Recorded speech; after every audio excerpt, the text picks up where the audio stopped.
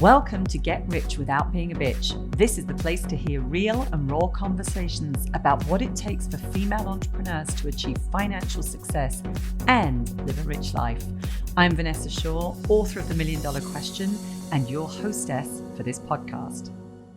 Welcome, Brooke Lively, to the Get Rich Without Being a Bitch podcast. I am just super excited about our conversation today, just because we've gone through different iterations, honestly, of our relationship and our friendship. And I've been your coach at one point. You know, now I've been a podcast guest for you. You're a guest for me, and you've also become an author during this time as well. And I remember the point where you were stressing out about actually getting this book, the very first one written, and you've now got multiple iterations of it, you know, as an author multiple times over. But you are as well the CEO and founder of Cathedral Capital, and you specialize, you've taken your business over 7 figures as well, and specializing in outsourced CFO solutions for service-based businesses. So, and the author of what we're going to be talking about today, From Panic to Profit. Welcome. Thank you, Vanessa. I think you may have missed actually the most important thing in our relationship, and that is that we are champagne buddies, and I introduced you to Uber however many years ago. That is so true. Do you remember the Russian driver who took us to the liquor store to make a champagne run? No, to be quite honest, actually, when I was introducing you, I actually did remember that. And I was like, oh no, I'm not going to go down that rabbit hole. But yes, that is how we met. I don't know how many, it was a long time ago now. A long time ago. We're kind of clocking up the years, and it's true that we were kind of being sneaky and not doing exactly what we were supposed to be doing. And you introduced me to Uber, and I was like, oh, great, I can do this on an app. And then we drank a lot of champagne together, and it was a lot of fun. And that's how our relationship started. So, but tell us, let's just dive in. I mean, this title of the book, and as I say, I remember when you dreamt up that title and you were writing that very first book, which probably now is that about 3 years ago? Yeah, it took about really 3 years from the time when I came up with the idea to actually get it up on Amazon and hitting international bestseller status. Mm-hmm. And the second one came easier because it is a series. Mm-hmm. So we have From Panic to Profit for different industries. We have it for entrepreneurs, but we also have it for attorneys. And we're looking at doing, you know, SaaS companies and marketing companies, some of those other companies that we work with a lot. But yeah, it was a long road to get there. Well, listen, I just have so much respect because I've only written a short book so far, The $1 Million Question, and believe me, that was a really long road to get there as well. But let's look at the title. Why Panic to Profit? So I was giving a speech one time, and I thought, you know, I've got to come up with some kind of storyline or of a character that people will identify with. And so I came up with a woman named Patricia, and she's kind of a mishmash of all of our clients and a little bit of personal experience. And I talked about in that speech, the things we did that helped her go from being in a state of panic to being in a state of profit. And it all revolved around these 6 numbers. And I came up with these 6 numbers sitting in an EO meeting, Entrepreneurs Organization. I know you're in it too. And I'm sitting there one day, and one of the guys said, if you're stuck on a desert island and in a fabulous, like 5-star resort, and there is one boat that comes once a week, and it drops off passengers or guests, and it takes departing guests, and it drops off all the supplies.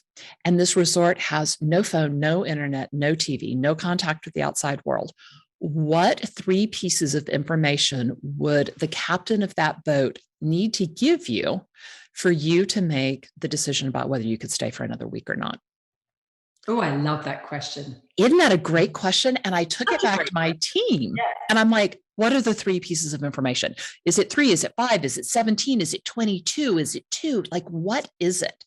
And what we ended up doing was coming up with the 6 key numbers. And they are the 6 key numbers that if you have your finger on those 6 things, then you have your finger on the pulse of your business. You can decide if you can stay at that resort for another week, and you will have enough information about your business that whether you're at the resort or in your office, you won't be in a state of panic. So good. And I know, I love that. So I love the question. I also love the fact that you were actually at a luxury resort deciding to stay for another week. It wasn't like some little tin pot place, where you're like, No, no, no, this I'm is a ready to go home. fabulous I place. know, it's like, I love the vision of that. Obviously, we're going to dive into those numbers today because this is really important. I mean, I love, as I came into business and I share these stories on the podcast with, not looking at my numbers. And I'm not what I call a numbers gal like you. This has been a big part of your career. You're very highly qualified. You've got certifications that I can barely pronounce because Yes, I've got all the letters, but you've got all the letters, right? So it's like, you've done your time, you've got the letters, but you've also got a ton of experience, right? Working with, hundreds of businesses at this point in time, and you're a business owner yourself. And I just would love to, before we go into the kind of technical numbers of it, is like, just because you've got the numbers and the the letters after your name and the experience around the numbers, it hasn't always been a smooth journey for your own business, right? It doesn't mean to say that you've had it all figured out the day you went into business, that it just grew miraculously. And, here you are now running $1 million.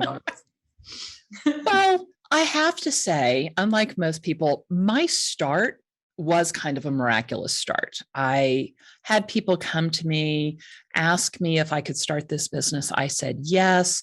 I had somebody else that wanted to do marketing. He wanted me to private label for him. That was great. So that was really good for the first couple of years of my business. And my business was growing in this partnership.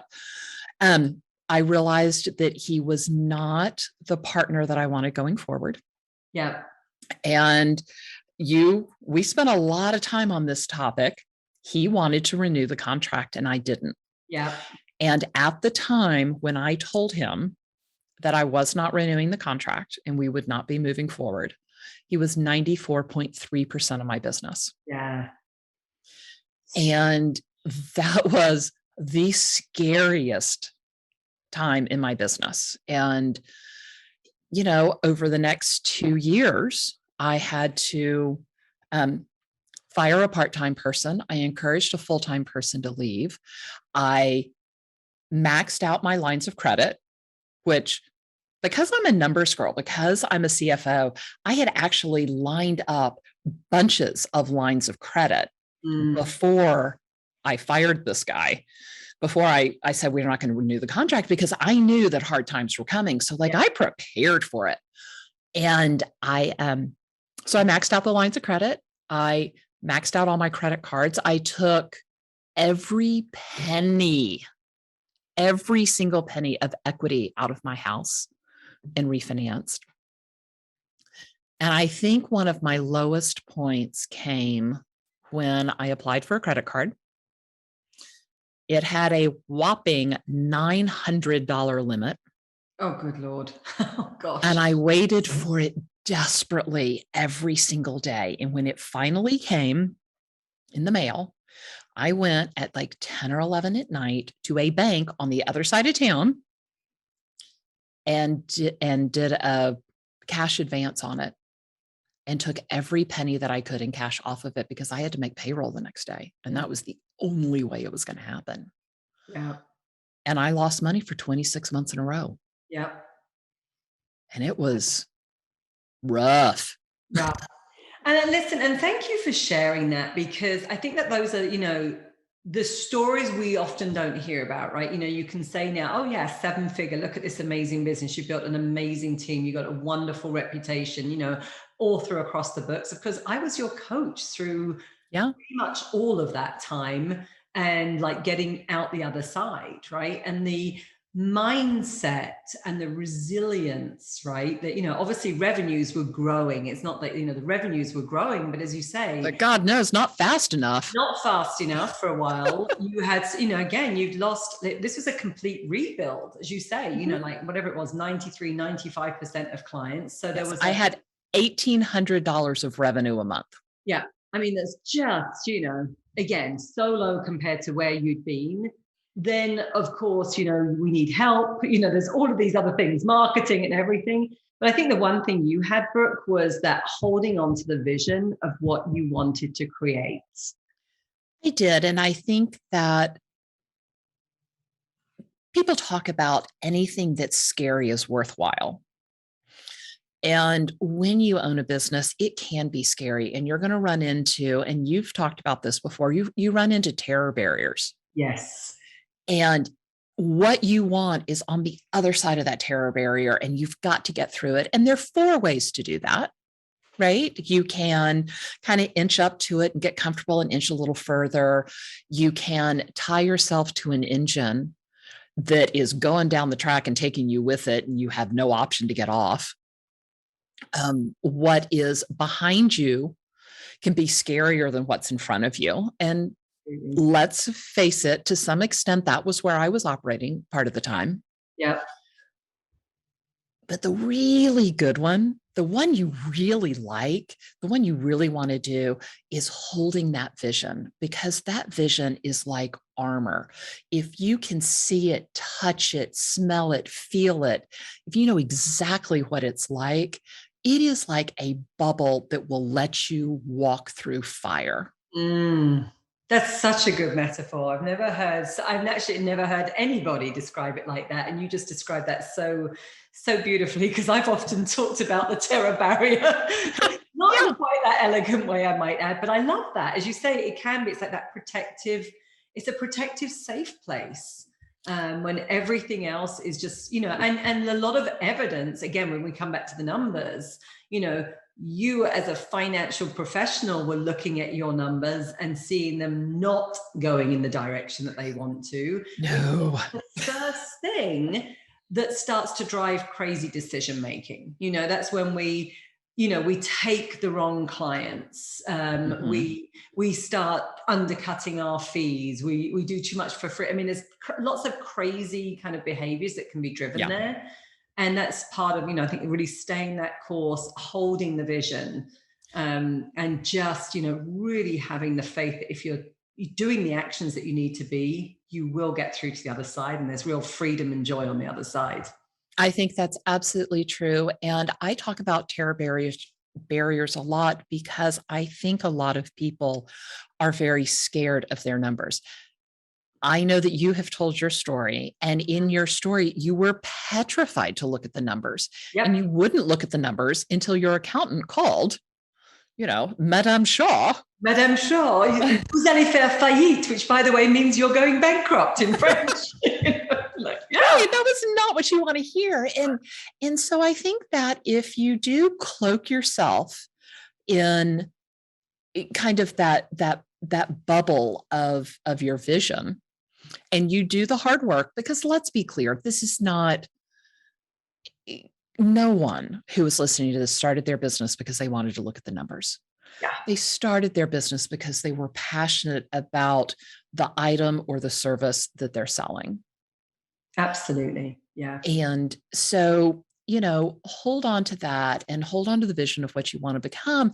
And then look at these numbers. They're not actually as scary as you think they are. Good. You know what, we're going to segue that into, I want to look at, right, what are the 6 numbers? Let's demystify. All right. We will demystify the first one. Well, let me just say that when I took this back to my team and we were looking for the 6 numbers, they said, well, they're kind of 6 different parts of a company, and we need one number that will help you with each part. So the first part is cash. We all know that cash is king. There's no doubt about that. But the key number here, and I use number loosely because it's actually a report, is your cash flow forecast. Mm-hmm. How much cash are you going to have at the end of the week, every week for the next 6 to 8 weeks? Mm-hmm. Because Vanessa, unfortunately, you know that your revenue never matches up with your expenditures. Mm-hmm. I know, right? Wouldn't it be nice if you Wouldn't it got be the nice? vast majority of your revenue in the first and third weeks when you had to pay payroll and rent? Yeah. Yeah. I know. It just doesn't happen. It just doesn't match up that way. So to be able to know how much cash you're going to have at the end of the week, to be able to know in advance, 6 weeks out, that you're going to have a cash crunch, that gives you time to do something about it. Absolutely. Yeah, you can move a bill, you can run a special, there are all kinds of things that you can do to either cut an expense, move an expense, or, your personal favorite, create more income. Create more income. Exactly. That's always my way to go. And of course, right, we can always cut expenses, and we should be looking at those things that are, again, not necessary, but taking the business to the next level, we can only go so far, right, when we're cutting expenses. But yes. And unfortunately, the expense that people very often cut is marketing. Yes, which is the very thing that they need. It's the very thing you need. I know. That's what I'm not like. I like the things that are really helping you grow and get those clients and the cash flow coming through the door are not the places to cut. That's right. But how about we look at some, we could go off on a tangent. How about we cut some unhelpful behaviors instead? Absolutely. Right. But come back to that, 6 weeks. And because I have heard even 13-week forecasts. Mm-hmm. I think it really depends on you and your business. There have been times, in the bad times, I was forecasting 3, 4, 5 months ahead.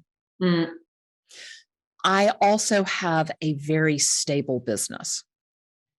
People become a client, they work with us for years. Mm. So I had really dependable, repeatable revenues.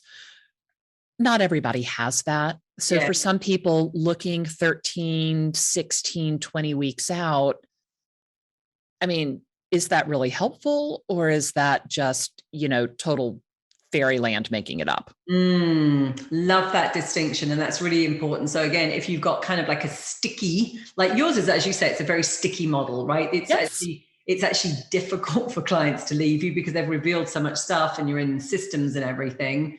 So there's a lot of transaction and energy involved. So I always say that's like a sticky business model. Mm-hmm. That's when you can do the longer term. But as you say, somebody else that's got more transactional business model and more turnover, we look shorter term, 6 weeks. Yeah. Love that. And again, I think that's a great point because a lot of people are looking at, kind of cash today.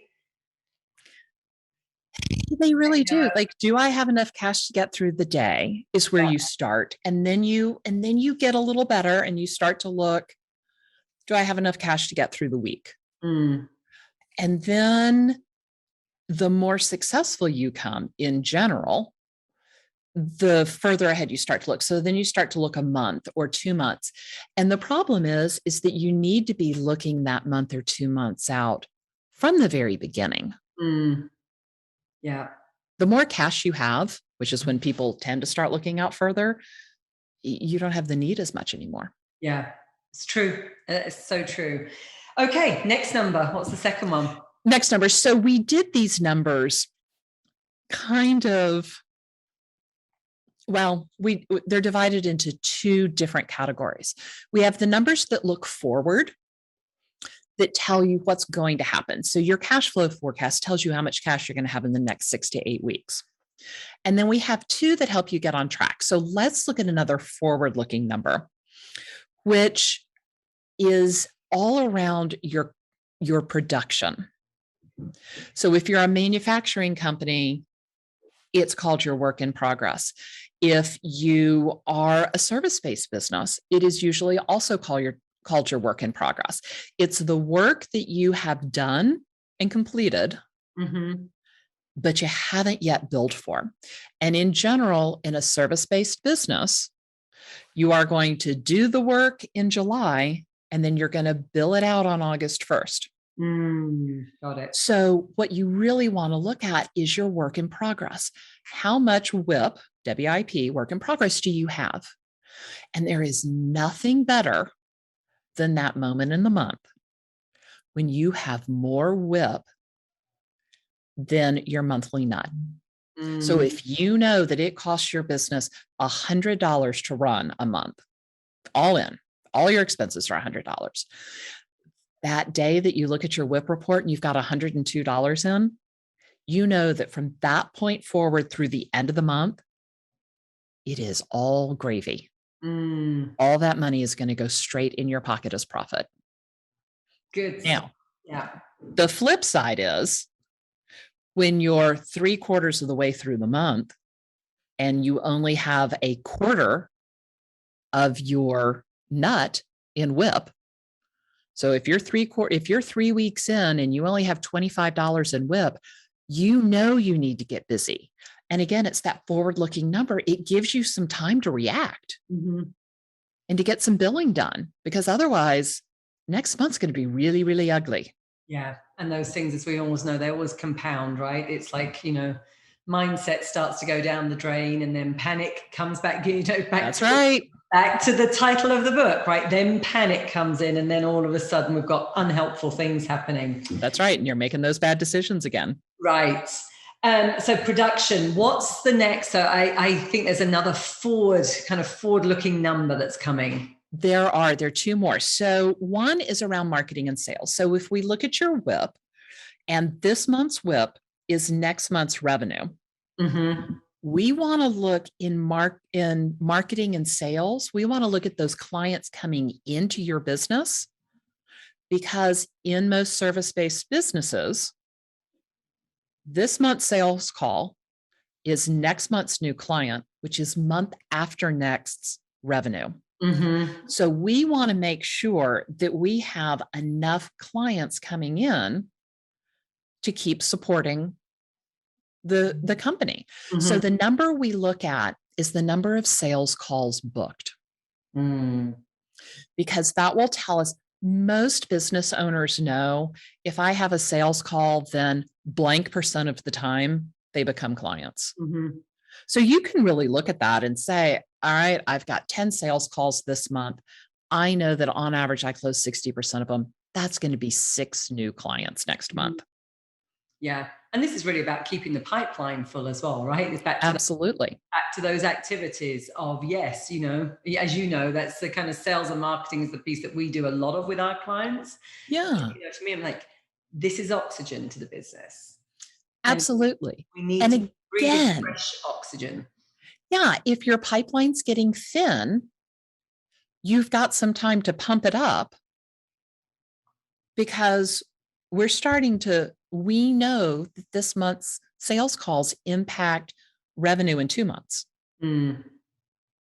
So, and what do you call it? You have something about like planting and watering, and what is that one? You've got 2 different kinds of. So there's, we've got so many different things, but I know we talk about buds, Yes, the buds. Exactly. So this is again, and those are some of those ones that are very, very early stage relationships, right? That we are, you're nurturing, but the chances are they are not going to generate revenue, right? In this 90-day period. Again, obviously different people's sales cycles will vary across industries versus the blooms, right? It's back to what are those ones like the flowers behind me that we can see here, right? That are really ready to go.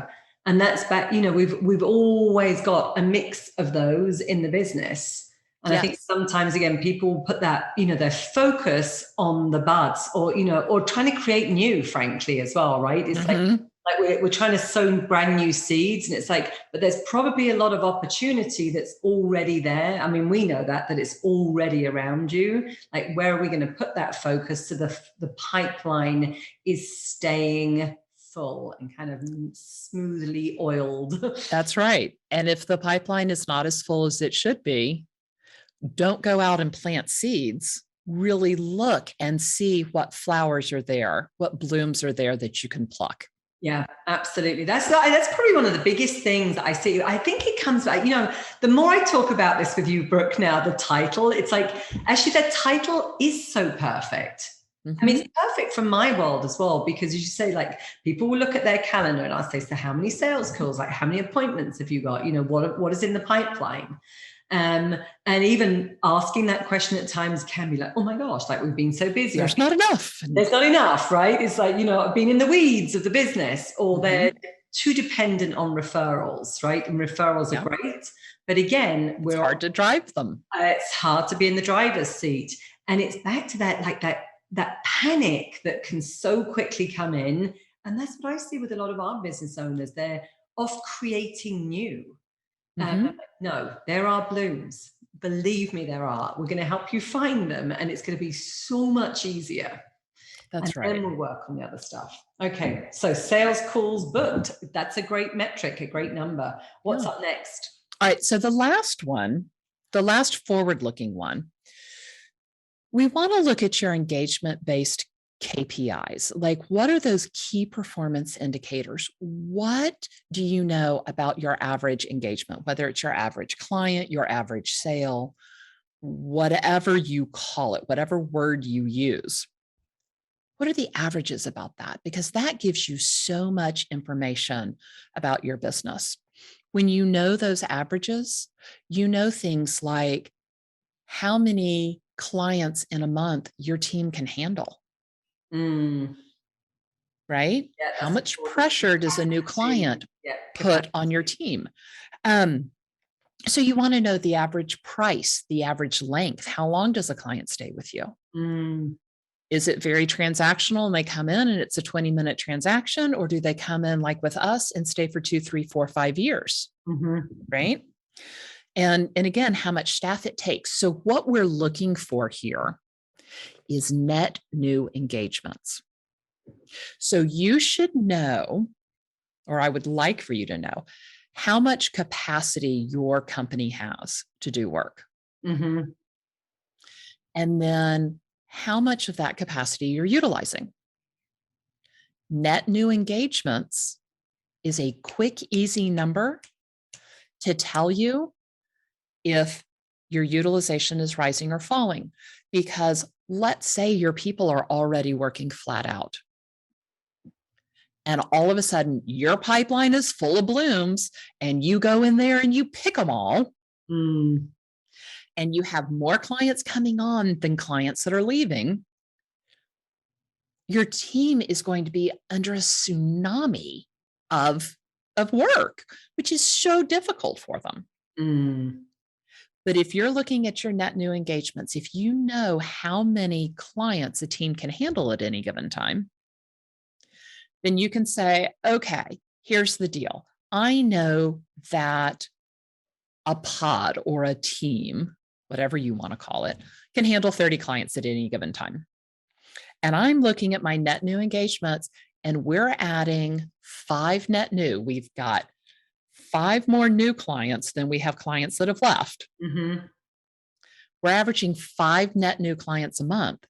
In 6 months, I'm going to need a whole new team. A whole new team person. Yep. So when you start looking at that, you can see, when am I going to need to hire? If your net new engagements is negative, then that is also an early warning system. Where do we need to be looking at expenses? Do we have expenses we don't need that we can cut now before it gets critical? Are we going to need to lay people off? What's going on? But again, you're looking so much further ahead. And this is not, the 6 weeks ahead. This is looking months ahead. Yeah. So as we've been talking about these numbers, we've been talking about numbers that look further and further and further ahead. Yeah. And so we kind of master them in that order. Let's take the easy one first. How much cash are we going to have at the end of the week for 6 to 8 weeks? And build out to the more advanced. How much pressure is this putting on my team? How am I going to need to hire and fire in the future? And this is so important, right? Again, because we see this in my world, people, helping them grow revenues rapidly, but it's back to what you said. That means, well, there's more clients coming through the door. Mhm. Of course, in the early days, there is slack in the system. And of course, there are times when we want to be more, there's efficiencies, right, to build Yes. and systems and automation. But that only goes so far. As you said, there comes a point when if it's 30 clients, especially kind of in the professional services realm, it's 30 clients and reputation and quality is going to be at stake.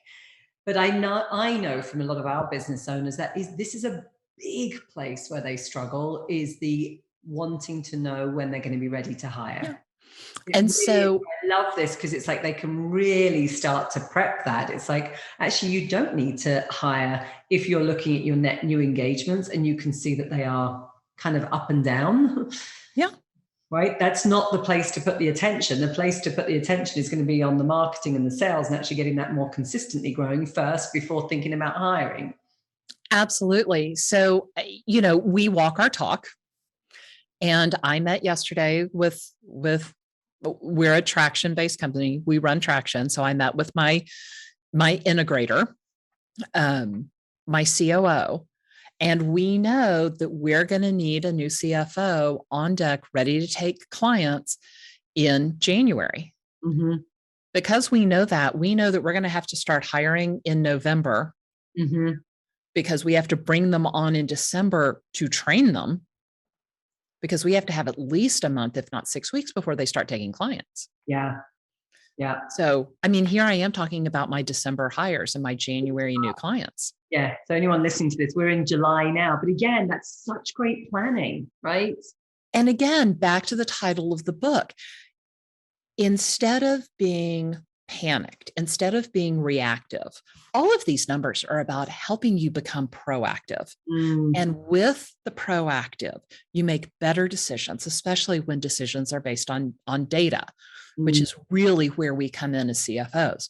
We find the data, we analyze the data, and we help you use it to make really good, solid decisions. Because when it is a good decision, when it's based on data, you only make it once.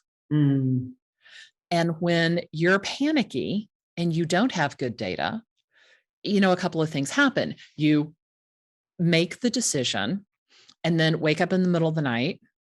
Did I make the right decision? And then you make the decision all over again. Exactly. And then the next morning you're talking to a client and you're only listening to them with half an ear because the other half of your brain is going, okay, I know we thought about this at 2 a.m., but really, is it the right thing to do? The other thing that happens, so the second way that people make decisions is they just make any stinking decision to get it off their desk. Yeah. I mean, you've seen that, right? Yeah, totally. And it's like, I can't bear the discomfort of the lack of decision. Yep. Or I don't want the discomfort of the researching and actually digging into the numbers to make the decision. Yep. So therefore, we're just going to wing it and get it off the desk. I'm just going to make any decision. And if it's the wrong decision, I'll deal with it later, because truthfully, I've got too much on my plate right now. Right. And then the third one, Madame Shaw, you lived, right? Yes. You become an ostrich and you stick your head in the sand and you hope that the decision will go away. Yeah.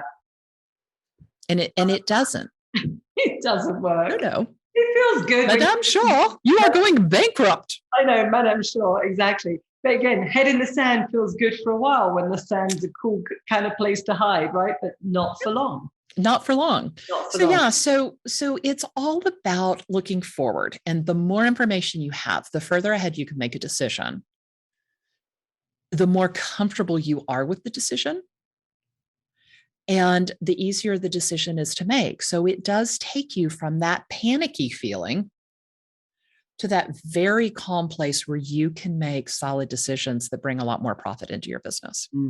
So good. So good. And this is just so practical. I mean, it really is, that's what I love about what you've put together here. I mean, this isn't, I know you have real deep expertise in the financial world and looking at the numbers in businesses and profit and everything, but you've translated this into something that I think just about everybody can relate to.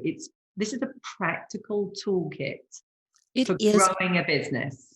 Absolutely. And that was our entire intent when I did this was, look, it is not as scary as you think it is. We're going to give you 6 things to look at. 4 that are forward looking, and 2 that help you get back on track. You want to talk about those? Let's go to those. Exactly. No, I'm really curious. All right. So there are 2. So again, when we go back and we start to look at the different parts of your business, we start looking at the budget versus actual report. And before you get the whole eye roll thing, Vanessa, let me give my little spiel about budgets. Budgets suck. Nobody likes a budget. They're awful. They're restrictive. And as entrepreneurs, we're all about the possibility, not the prohibition. Yeah, totally. Right. So we don't call them budgets. We have thrown that out the window. We talk about profit plans. How are you planning on spending money to make profit? And I feel like that's so much more positive, because really, who doesn't want profit, right? I know, right?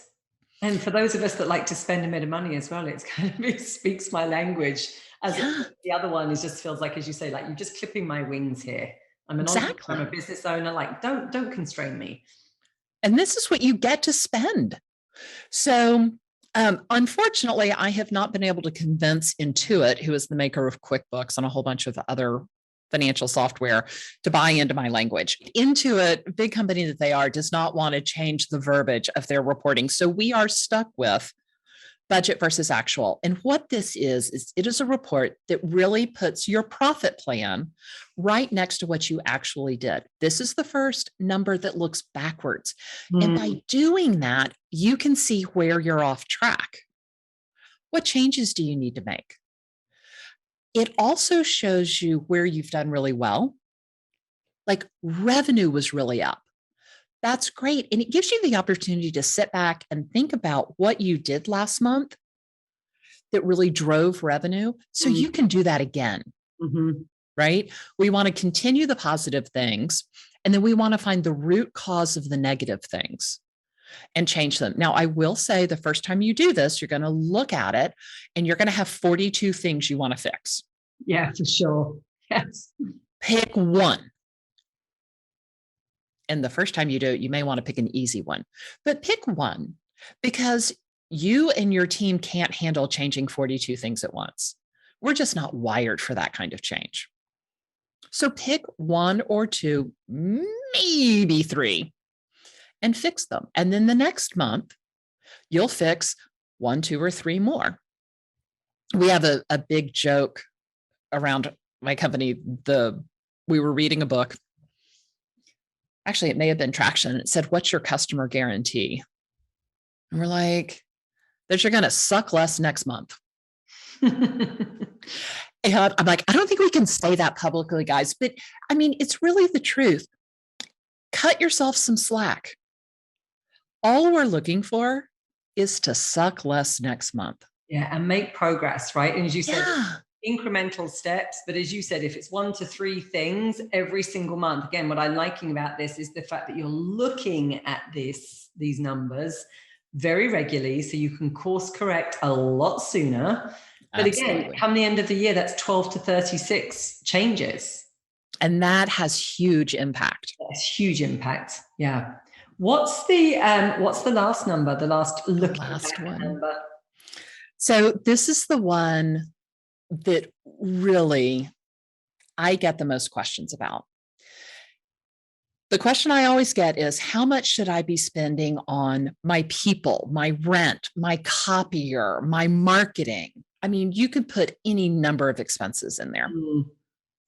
And really what I think people are asking me is, how much should I be spending on all this other stuff so I know how much I should be taking home?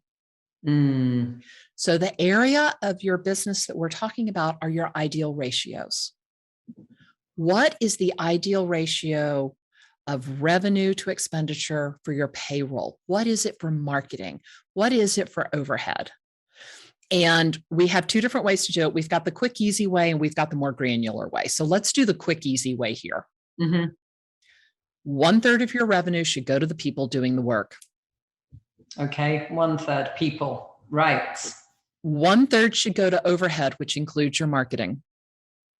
Okay. and 1/3 should go to you as the owner in profit. Look, if this business is not compensating you, if you are not making the money you want or need, why are you doing it?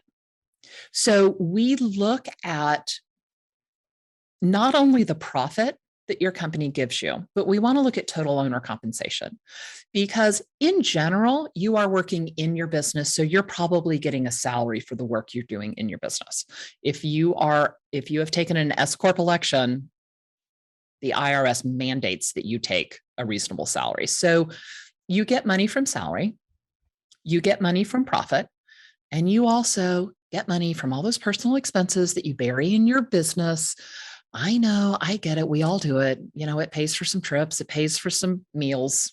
As long as you and your tax accountant are good with it, we're fine with it. But what is your compensation? What is your true total compensation of all those things? Are you in the ideal ratio kind of world? Are there things you can do to make it better? And is it meeting your needs? Yeah. I think it's such an important question. Again, it's what we see again, and that's what I love about this. It's like, this is really planning, it's being proactive. We see so often, and of course we do work with a lot of, women-owned businesses, that kind of what's left is what I'll pay myself. Mm-hmm. Right. And this is very much a no. And I'm the first one to say, no, we've got to pay ourselves first, because this whole notion of, well, I'll just keep building the business and one day it'll figure itself out, and one day I'll be able to pay more. But it's like, no, these are runaways numbers. The more Mm-hmm. you hire people, the more complexity there is, especially if you're not working with, a great CFO, really great accountant. It's like, you won't ever catch up. And we've worked with businesses in the past that are doing multi-million dollars, and working all the hours that God sends, not paying themselves, not profitable, debts everywhere, and their only kind of, the way they had to solve it was frankly closing. Well, and let's be realistic. If you are just taking whatever small amount is left over in your business and you're living on that, and you don't know how much is going to be there every month, and some months it's not enough to meet your bills at home, are you going to be panicky or not? You're going to be panicky. And, we talk about this in our company. If our owners are not making enough money, they are not going to be making good decisions in the business. We have to get, we have to get our owners stable at home, so that then we can get the business really stable. Yeah. Because if you have a business where the owner is panicked all the time about money at home, that business is never going to get from the owner it needs, which is a calm head and good decision making. Yeah. It's so true. And as you say, and then typically as well, the very people that you've said, you want to grow the business for, those loved ones are actually the ones that are suffering. Yeah. They're suffering because you're stressed. They're suffering because you can't afford anything. So you tend to be cranky with them. And you're also working a gajillion and a half hours because you're worried about money. So then they don't even have the pleasure of your presence. Yeah. So good. Oh, Brooke, this was just so good. I mean, and again, particularly because I didn't know kind of all of the details. It's just been so fun to actually unpack this today. I think what you've put together here is hugely helpful for business owners. I will certainly be sharing this with the entrepreneurs that we work with as well. You are totally onto something. Well, I know you're onto something because you've been writing multiple books about it and speaking around the country. And it's really, it's super practical and a great way. I love to circle back to that metaphor at the beginning of, yes, I'm on that desert island, luxury resort. Can I stay another week? And what do I really, can I afford to stay another week? And what would I really need to know? Like, if I could put my finger on several pulses in my company, that's going to give me that peace of mind and still be building a profitable business. Absolutely. So thank you, as always so good to connect with you. And something tells me we've probably got to have a champagne date again at some point. I think we need to do that. Maybe minus the kind of crazy Russian Uber driver, but we'll drop the Russian Uber driver, but it's I think, we've got some good catching up to do. But thank you so much for pouring into us today, Brooke. My pleasure. Anytime.